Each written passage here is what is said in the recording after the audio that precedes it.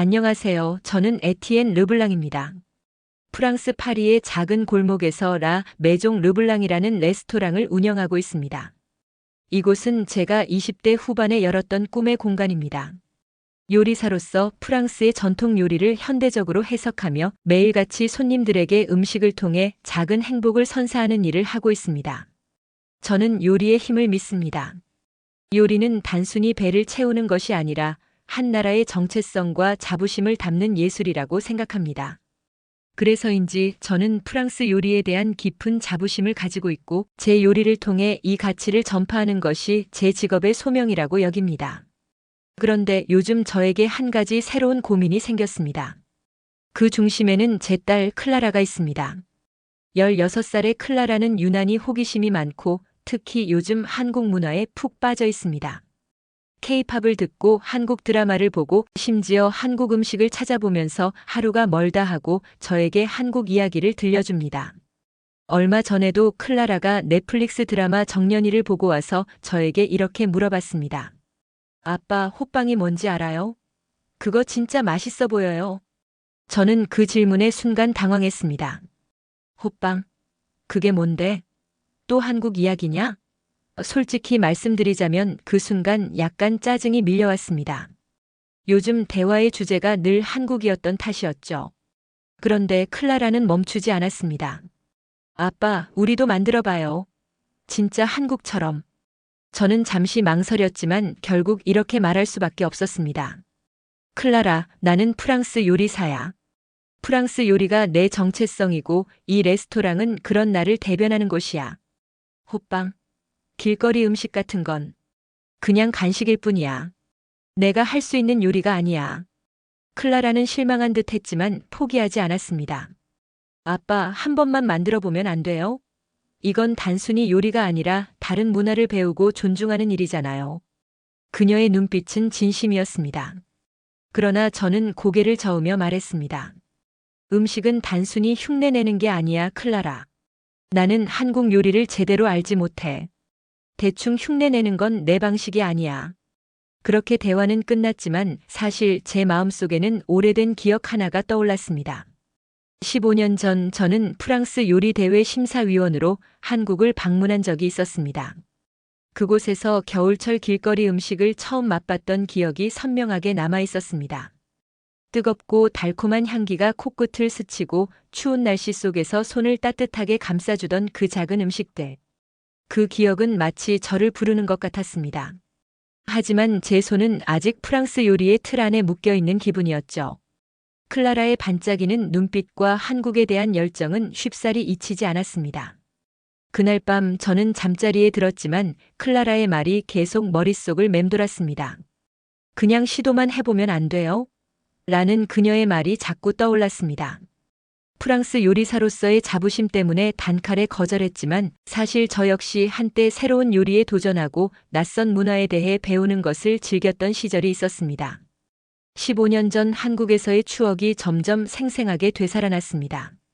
서울의 겨울은 프랑스와는 사뭇 다른 분위기를 가지고 있었습니다. 하얀 눈이 거리를 뒤덮고 있었고 길거리에는 따뜻한 김이 피어오르는 음식 가판대들이 줄지어 있었습니다. 저는 당시 현지 요리사들과의 만남을 위해 한국을 찾았지만 의외로 길거리 음식들에 매료되었습니다. 붕어빵이라고 불리던 고소한 빵 속에 단팥이 가득 들어있던 간식, 따뜻하고 달콤한 시럽이 가득한 호떡, 그리고 겨울철 길거리에서 김이 모락모락 나는 찐빵까지. 팥을 처음 먹었을 때의 당황감은 달콤한 맛으로 잊혀졌습니다. 그 모든 음식은 저에게 익숙한 프랑스 요리와는 완전히 달랐지만 왠지 모르게 따뜻하고 친근한 감정을 불러일으켰습니다. 당시 저는 그런 음식들을 단순히 길거리 음식으로만 생각하고 깊이 탐구하지 않았습니다. 하지만 그 경험은 제 기억 속에 아주 특별한 장면으로 남아 있었습니다. 어쩌면 클라라가 말한 호빵이 제가 한국에서 맛봤던 그 음식일지도 모른다는 생각이 들었습니다. 다음 날 아침 클라라가 학교에 가기 전에 식탁에 앉아 있었습니다. 그녀는 여전히 저와 말 한마디도 나누지 않았습니다. 저는 따뜻한 커피를 한 모금 마시며 말을 꺼냈습니다. 클라라, 어제 내가 너무 단호하게 말했던 것 같다. 클라라는 고개를 들더니 약간 의외라는 표정을 지었습니다. 그래서 호빵이란 음식을 한번 만들어 볼까 생각 중이야. 대신 제대로 알아보고 진지하게 시도해보자. 단순히 흉내만 내는 요리는 하고 싶지 않으니까. 클라라의 얼굴이 환해졌습니다. 정말요? 아빠가요? 그래. 하지만 너도 도와야 한다. 이건 우리가 함께 해야 하는 프로젝트야. 저는 그렇게 말하며 미소 지었습니다. 그렇게 저와 클라라는 한국 길거리 음식 프로젝트를 시작하게 되었습니다. 프랑스 요리사로서의 자부심은 여전했지만 새로운 문화에 도전하는 설렘이 오랜만에 저를 자극하는 기분이 들었습니다. 호빵 프로젝트는 생각보다 많은 준비가 필요했습니다. 우선 호빵이 무엇인지 제대로 알아야 했습니다. 저는 클라라에게 한국에서 호빵에 대해 찾아보라고 부탁했고 그녀는 곧 핸드폰을 꺼내 들고 다양한 자료를 모으기 시작했습니다.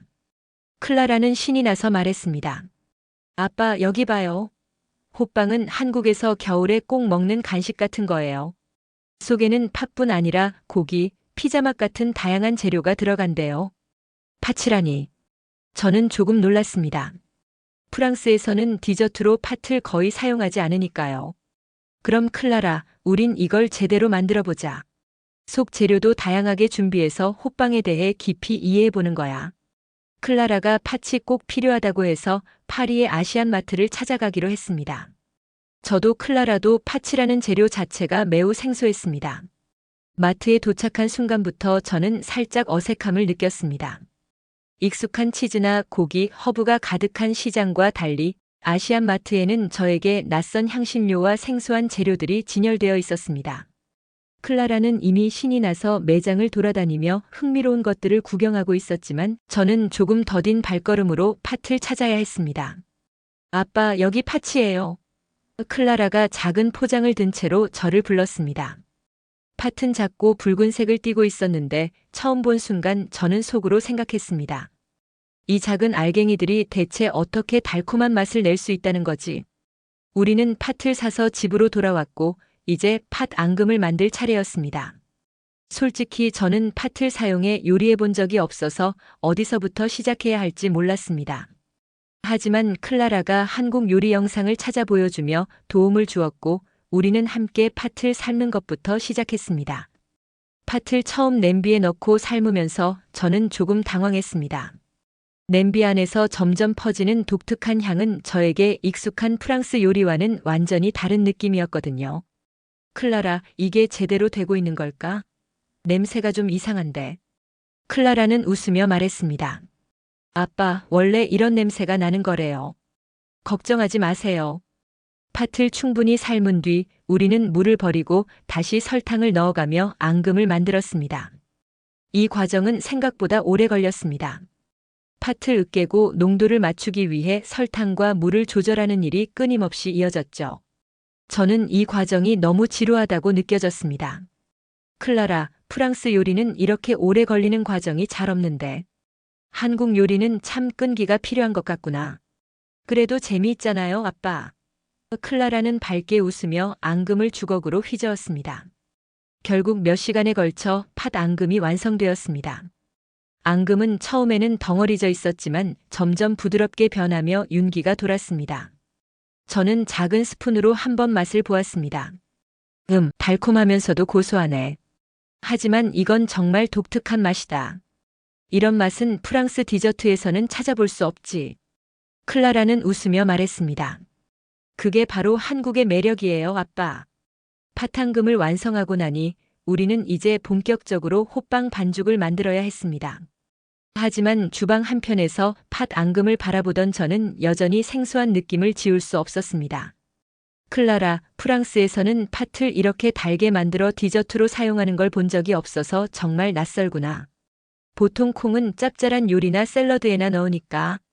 클라라는 웃으며 대답했습니다. 맞아요, 아빠.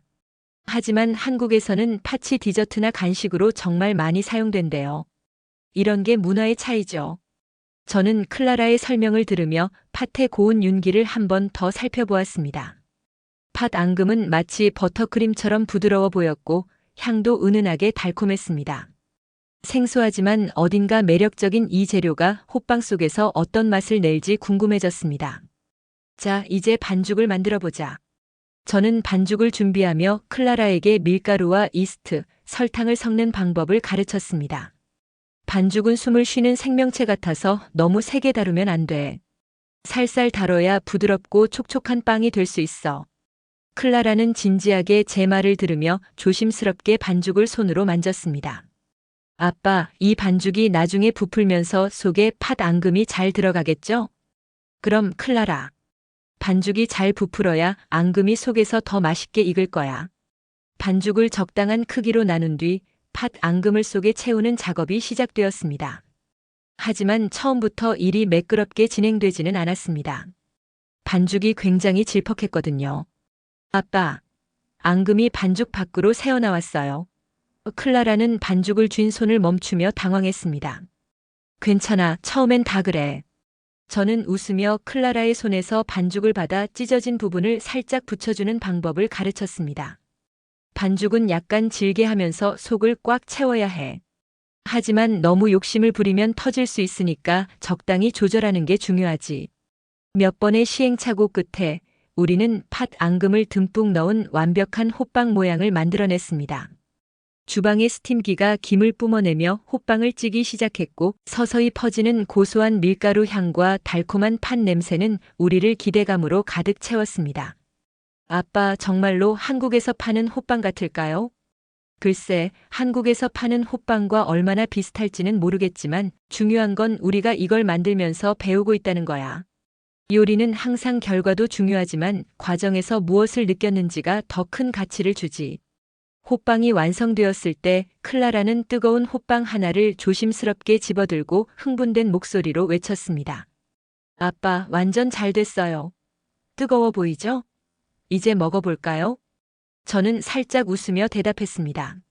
좋아, 클라라. 한 김 시킨 후에 내가 먼저 한 입 먹어보렴. 클라라는 호빵을 조심스럽게 반으로 갈라 호호 불고는 한 입 베어 물었습니다. 팥 앙금이 살짝 흘러나오는 모습을 보며 기쁨에 찬 표정을 지었습니다. 진짜 맛있어요, 아빠. 달콤하고 따뜻해요. 한국에서 먹는 호빵도 이런 맛일까요? 저는 그녀를 보며 고개를 끄덕였습니다. 어쩌면 더 나은 맛일지도 몰라. 하지만 우리만의 방식으로 만든 이 호빵도 충분히 자랑스러워해도 좋아. 호빵을 완성한 후 저는 한 가지 깨달음을 얻었습니다. 팥 앙금을 만들고 반죽을 다루는 과정은 단순히 음식을 만드는 일을 넘어 전혀 새로운 세계를 이해하고 탐구하는 여정 같다는 것입니다. 아빠, 이거 정말 잘 됐죠? 클라라는 완성된 호빵을 손에 들고 저에게 자랑하듯 물었습니다. 그래, 클라라. 잘했어. 하지만 우리 호빵은 아직 더 개선할 여지가 있어. 이렇게 하나씩 배워가는 거야. 저는 미소 지으며 대답했습니다. 우리는 앉아서 갓 찐 호빵을 하나씩 먹으며 그 맛을 천천히 음미했습니다. 팥 앙금은 단맛이 강하지 않고 은은하게 퍼지는 고소한 맛을 냈고 반죽은 부드럽고 촉촉했습니다. 저는 마음속으로 이 음식이 한국 사람들에게 겨울철 얼마나 큰 위로가 되었을지 상상하게 되었습니다. 아빠, 왜 한국에서는 이런 음식을 길거리에서 팔아요? 프랑스는 길거리 음식이 그렇게 흔하지 않은 것 같은데. 클라라의 질문에 저는 잠시 생각하다가 답했습니다. 한국 사람들에게 길거리 음식은 단순히 간식 이상의 의미를 가지고 있을지도 몰라. 추운 날씨 속에서 따뜻함을 나누고 쉽게 접할 수 있는 음식으로 사람들끼리 연결되는 무언가가 있겠지. 우리 프랑스는 카페 문화나 빵집 같은 곳에서 그런 역할을 했던 것처럼. 저는 그 순간 한국에서 길거리 음식으로 느꼈던 감정들이 다시 떠올랐습니다.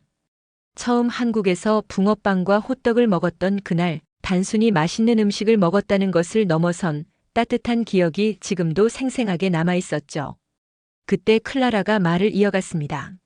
아빠, 한국 사람들이 프랑스 디저트는 어떻게 느낄까요? 마카롱이나 에클레어 같은 거요. 아마 한국 사람들도 프랑스 디저트를 아주 좋아할 거야. 결국 음식은 사람들을 기쁘게 만드는 공통된 힘을 가지고 있거든. 다만 문화에 따라 어떻게 그 기쁨을 표현하느냐가 다를 뿐이지. 이야기를 나누며 클라라는 호빵뿐 아니라 다른 길거리 음식에도 도전해보고 싶다고 말했습니다. 호떡도 만들어봐요, 아빠. 그건 속에 시럽 같은 게 들어가서 먹으면 정말 맛있대요. 저는 살짝 웃으며 대답했습니다. 좋아, 호떡도 한번 만들어보자.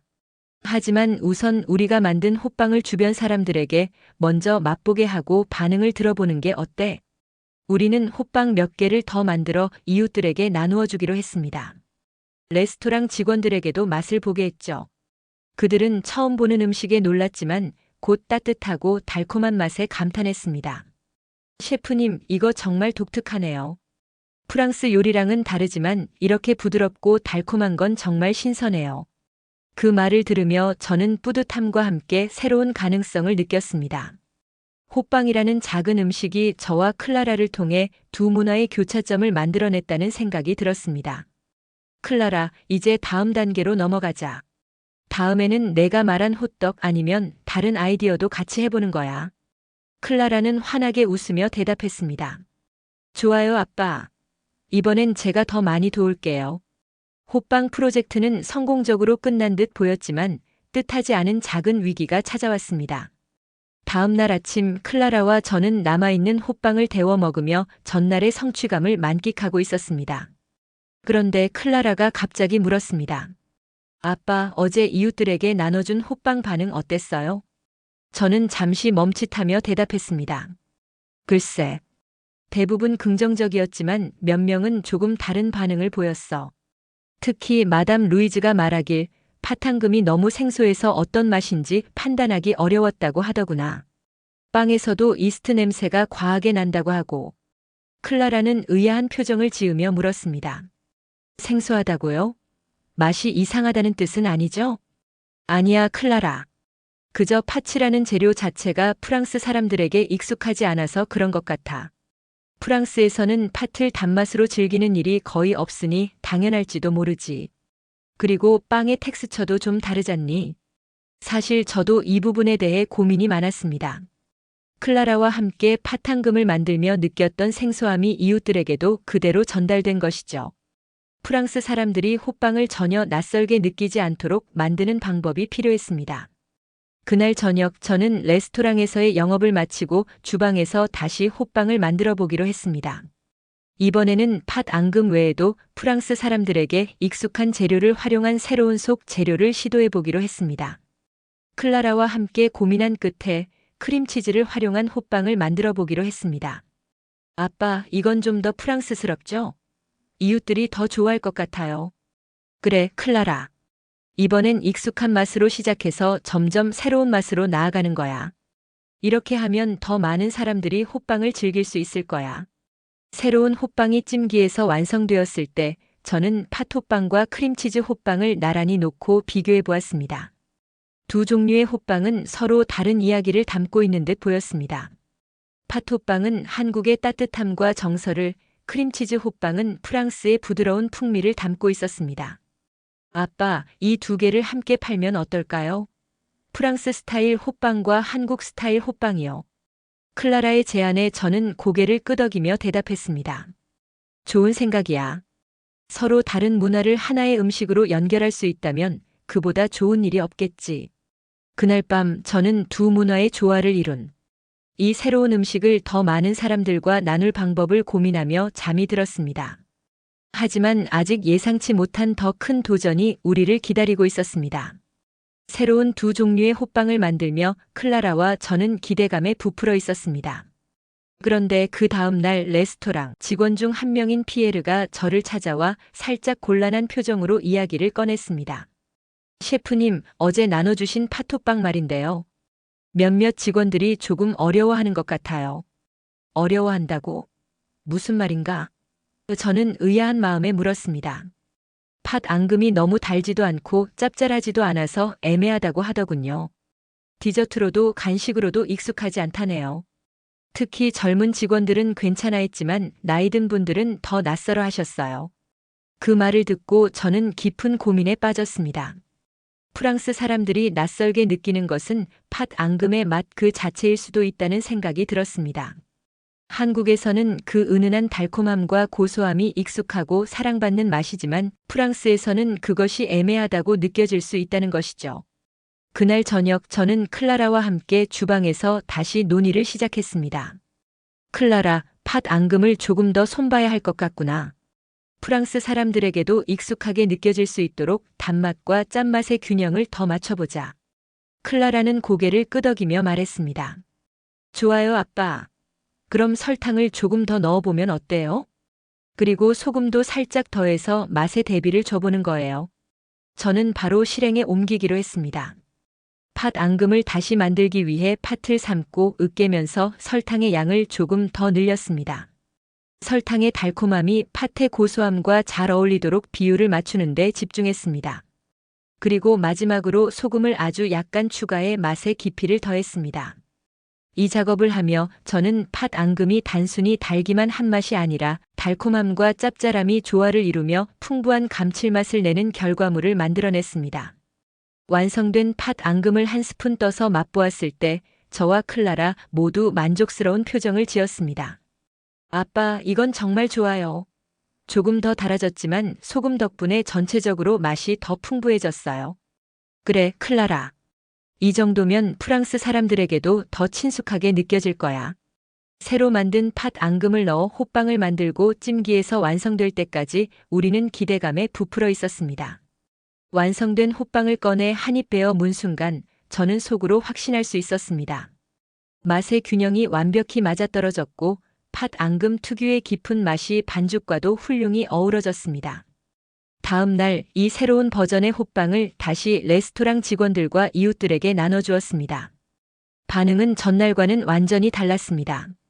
셰프님, 이번엔 정말 맛있네요. 팥이 더 달콤하고 풍부해졌어요. 이제야 디저트 같은 느낌이 들어요.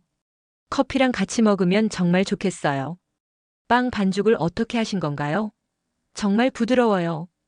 그들의 반응에 저는 뿌듯함을 느꼈습니다. 클라라도 기쁜 목소리로 말했습니다. 아빠, 이렇게 조금만 조정하니까 정말 차이가 크네요. 한국의 맛을 유지하면서도 프랑스 사람들에게 더 잘 어울리는 음식이 됐어요. 저는 고개를 끄덕이며 대답했습니다. 그래, 클라라. 음식은 항상 조화를 찾아가는 과정이야. 이제 우리는 한국과 프랑스 두 문화를 연결하는 호빵을 제대로 만들었구나. 작은 위기를 통해 우리는 더 깊이 배울 수 있었습니다. 그리고 저는 호빵이 두 문화 사이에서 어떻게 더 큰 다리를 놓을 수 있을지 생각하며 다음 도전을 준비하기 시작했습니다. 직원들과 이웃들에게 호평을 받은 뒤 저는 마음이 놓이면서도 새로운 궁금증이 생겼습니다. 클라라, 우리가 이렇게 만든 호빵이 정말 한국에서 먹는 호빵 맛과 비슷할까? 클라라는 잠시 생각하더니 고개를 저었습니다. 글쎄요, 아빠. 한국에서 호빵을 먹어본 적이 없으니까 정확히 알 수 없어요. 하지만 우리가 만들면서 노력한 게 한국적인 맛에 가까워졌을 거라고 생각해요. 저는 문득 한국에서 먹었던 그 따뜻한 길거리 음식들이 떠올랐습니다. 눈이 내리던 한겨울 서울에서 처음으로 붕어빵을 손에 쥐었을 때의 그 따뜻함과 호떡의 달콤하고 바삭한 한 입이 주었던 기쁨. 그때는 단순히 맛있다고 생각했지만 지금 와서 보니 그 음식들은 한국 사람들에게 겨울을 견디게 해주는 소소한 위로였던 것 같습니다. 클라라, 그럼 이번엔 우리가 만든 호빵을 한국 사람들에게도 맛보게 하고 싶구나. 그들이 우리 호빵을 어떻게 느끼는지 들어보는 것도 중요하지 않을까? 클라라는 환하게 웃으며 대답했습니다. 너무 좋은 생각이에요, 아빠. 우리 아시안 마트에 가서 한국 분들을 만나볼까요? 그렇게 우리는 다시 아시안 마트를 찾았습니다. 그곳에서 한국 음식을 구입하던 몇몇 손님들에게 조심스럽게 다가가 우리가 만든 호빵을 소개했습니다. 안녕하세요. 제가 프랑스 요리사인데 딸과 함께 한국의 호빵을 만들어 보았습니다. 한번 드셔보시고 의견을 들려주실 수 있을까요? 처음에는 조금 어색해하던 한국 분들이 호빵을 한 입 먹고는 미소를 지으며 말했습니다. 와, 정말 잘 만드셨네요. 이거 한국에서 먹는 호빵이랑 거의 비슷한데요? 맞아요. 팥이 달면서도 짭짤한 게 한국 사람들이 좋아하는 맛이에요. 그들의 긍정적인 반응은 우리에게 큰 자신감을 주었습니다. 하지만 한 분이 웃으며 조언하셨습니다. 하나만 더 말씀드리자면 한국에서는 반죽이 조금 더 쫄깃한 경우가 많아요.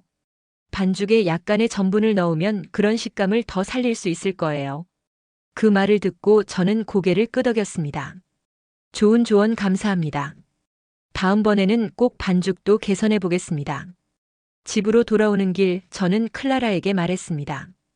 클라라, 이렇게 다른 문화의 사람들과 소통하며 음식을 발전시키는 건 정말 흥미로운 일이구나. 클라라는 기분 좋은 웃음을 지으며 대답했습니다. 맞아요, 아빠.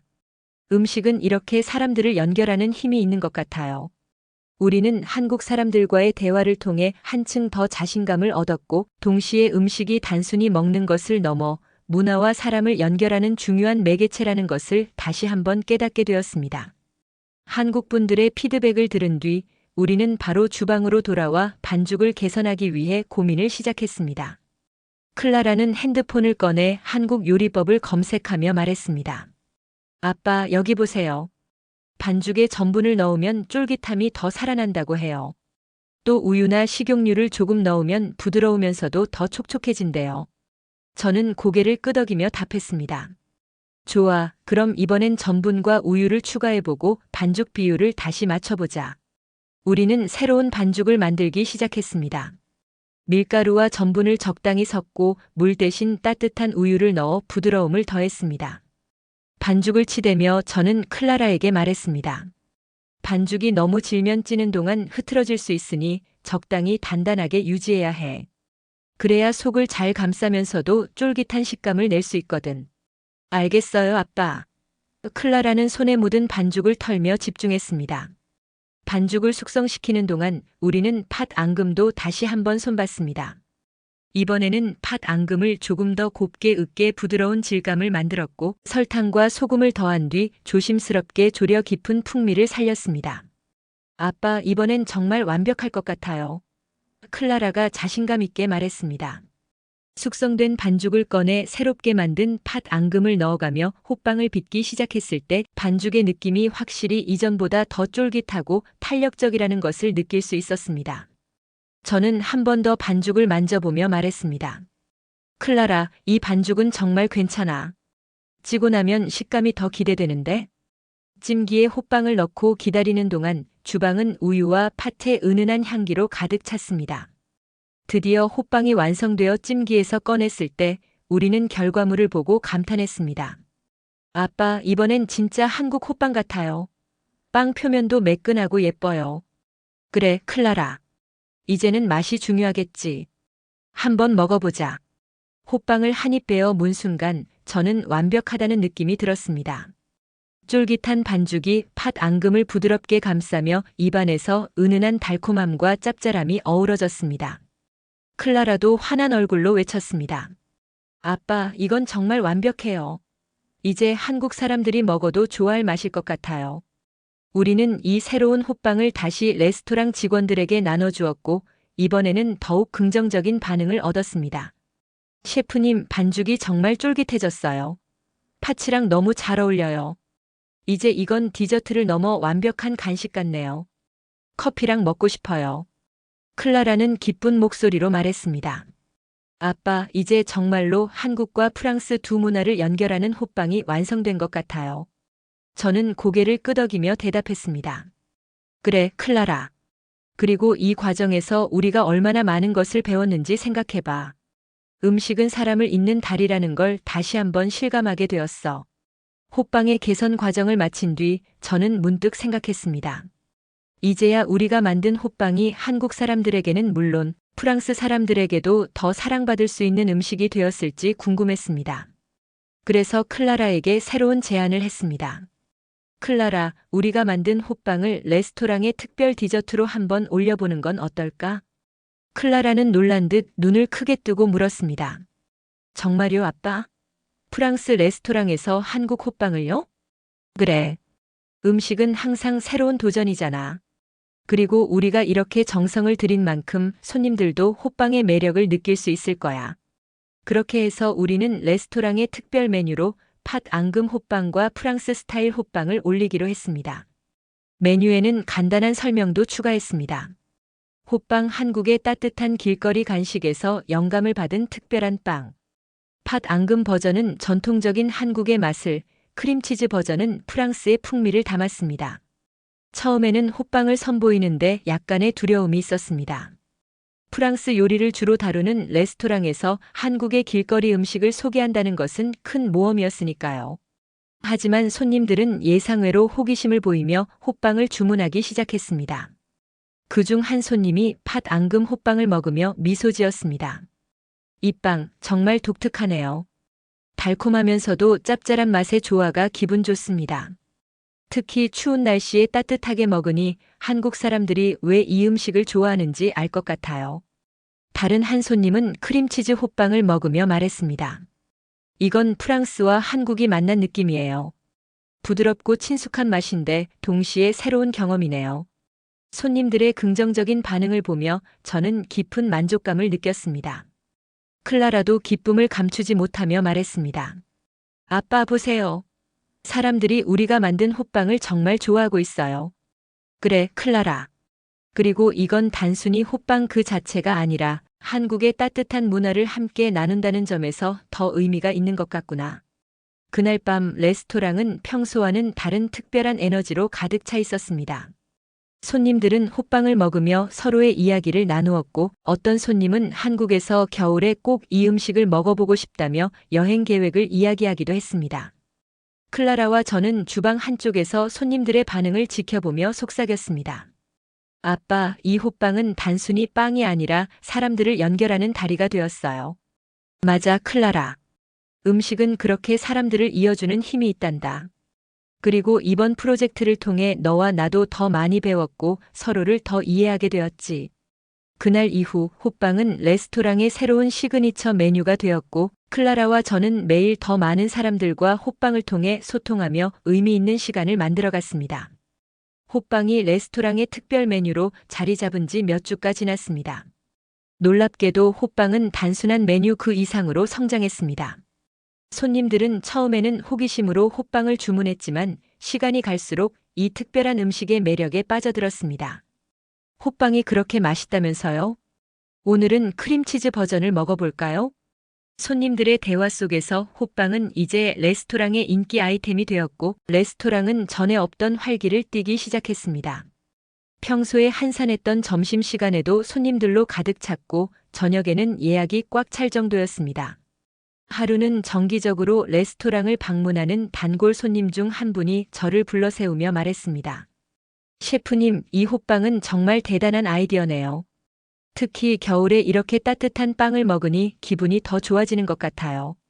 한국에서 온 친구들에게도 소개했는데 그들조차 이 맛을 칭찬했답니다. 그 말을 들으며 저는 속으로 생각했습니다. 호빵이 단순히 한 끼의 간식이 아니라 한국의 따뜻한 정서를 프랑스에 전해주는 다리가 되었구나. 클라라도 손님들의 반응을 보며 기뻐했습니다. 아빠, 정말 멋지지 않아요? 사람들이 호빵을 이렇게 좋아하다니. 그래, 클라라. 너의 열정과 호기심 덕분에 이 모든 일이 가능했던 거야. 레스토랑 매출도 이전보다 훨씬 늘어났습니다. 특히 겨울철 한정 메뉴로 소개된 호빵 덕분에 레스토랑은 이 지역에서 새롭게 주목받는 명소가 되었습니다. 지역 신문에서도 프랑스와 한국의 조화, 라 메종 르블랑의 특별한 겨울 간식이라는 제목으로 저희 레스토랑을 소개했습니다. 신문 기사에는 이렇게 적혀 있었습니다. 라 메종 르블랑의 셰프 에티엔 르블랑은 단순히 프랑스 요리의 경계를 넘어 한국의 따뜻한 길거리 간식인 호빵을 자신만의 스타일로 재해석했다. 이 작은 빵은 두 문화를 연결하며 사람들에게 새로운 경험을 선사하고 있다.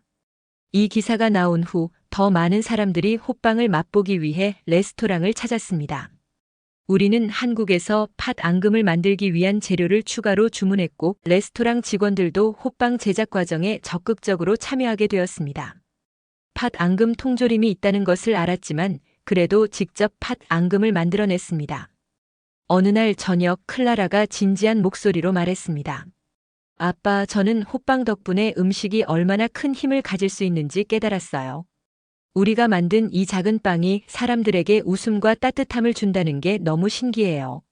저는 그녀의 말을 듣고 고개를 끄덕였습니다. 맞아, 클라라. 음식은 단순히 배를 채우는 것 그 이상이란다. 이 호빵은 우리가 함께 노력한 결과물이면서 두 문화가 만난 상징이기도 해. 이 경험은 저와 클라라에게 단순히 음식을 넘어선 가르침을 주었습니다. 호빵을 통해 우리는 서로를 더 이해하게 되었고 음식이 가진 문화적 힘을 깊이 깨닫게 되었습니다. 호빵은 이제 단순한 메뉴가 아니라 레스토랑의 상징이 되었습니다.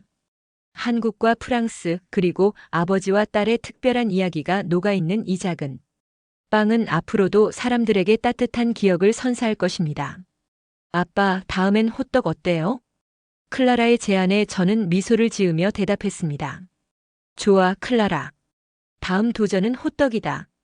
여러분도 한국과 프랑스 혹은 다른 문화를 연결하는 특별한 음식을 만들어 보시면 어떨까요?